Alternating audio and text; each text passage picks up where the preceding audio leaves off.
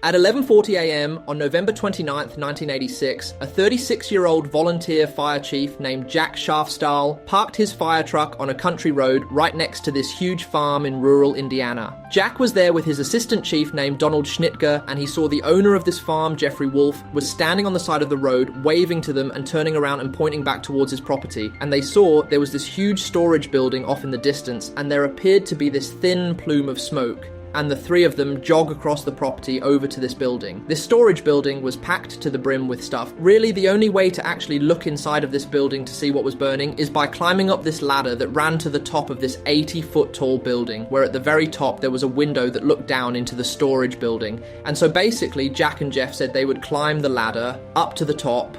Donald, the assistant chief, he would stay on the ground so they could make a decision about how to approach this.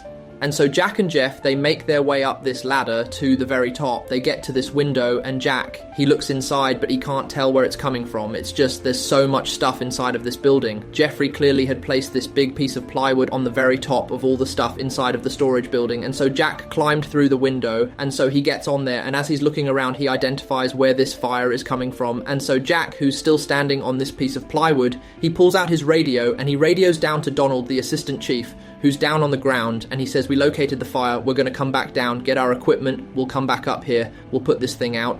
But after Jack put the radio back on his belt, before he got off the plywood, there was this low rumbling sound that came from right underneath his feet. At the same time, Donald, who's back down on the ground, he hasn't seen either of them come out of this building. And so Donald grabs his radio and begins repeatedly calling Jack, but he didn't get an answer. Donald began calling for help, and very quickly an entire fleet of additional firefighters and police officers and ambulances showed up. First responders climbed up that ladder, and they figured out what happened. So when Jack climbed through that window at the top of this building and he stood on top of that piece of plywood, that rumbling under his feet was all the stuff underneath the plywood shifting, and he sort of lost his balance, and Jack fell off the plywood into basically the sea of stuff. And Jeffrey, when he saw this happen, he had not fallen in, but he turned and basically tried to get in there and grab onto Jack to get him out. But he too inadvertently fell into what was inside of this building. What was inside of this building was corn. This was an 80-foot tall grain silo, and so when Jack fell into the grain, it was like it swallowed him whole like quicksand. And then Jeffrey, in an attempt to save Jack, also fell in, got swallowed whole, and they disappeared and suffocated. It would ultimately take nearly 3 hours for bulldozers to basically break apart this building and sift through all the corn to finally locate Jack and Jeffrey.